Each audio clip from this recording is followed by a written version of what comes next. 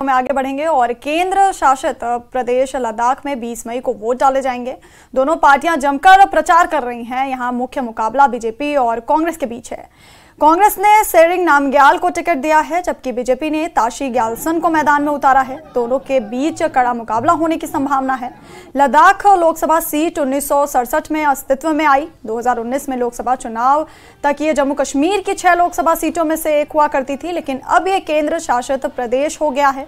2014 में इस सीट पर बीजेपी का कब्जा है। 2019 के लोकसभा चुनाव में बीजेपी के जामयांग सेरिंग नामग्याल ने निर्दलीय उम्मीदवार सजाद हुसैन को शिकस्त दी थी।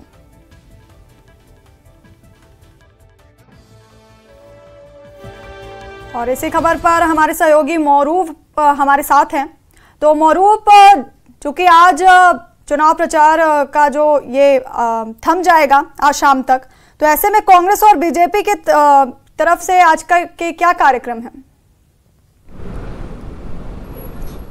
जी विष्णुवी, जैसे कि आपने ठीक बताया कि आज जो 5वें चरण की जो कैंपेन का लास्ट डेट है, आज जो शाम 5 बजे ये कैंपेन थम जाएगा। तो उसी के हिसाब से पहले आपको मैं थोड़ा बता दूं कि लद्दाख की जो पार्लियामेंट्री कॉन्स्टिट्यूएंसी के बारे में, तो यहाँ लगभग 1,84,000 वोटर्स है, मतदान है, जिसके जो 3 कैंडिडेट का फैसला करेंगे, जिसमें से कांग्रेस का है सेरिंग नामग्याल, उसी तरह बीजेपी का है ताशी ग्याल्सन, उसी तरह एक निर्दलीय उम्मीदवार है करगिल से हनीफा जान। तो इन तीनों के बीच में मुकाबला रहेगा और 20 तारीख को यहाँ पर वोटिंग होगा।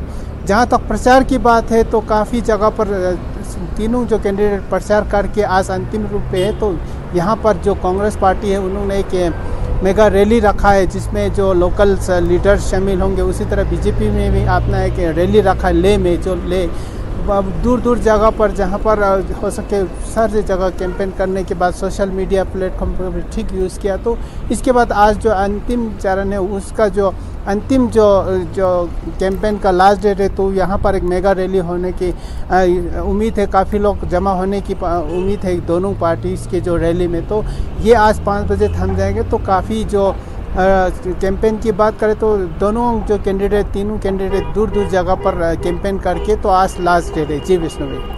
जी मौरूफ, आपका बहुत बहुत शुक्रिया जानकारी हमें देने के लिए।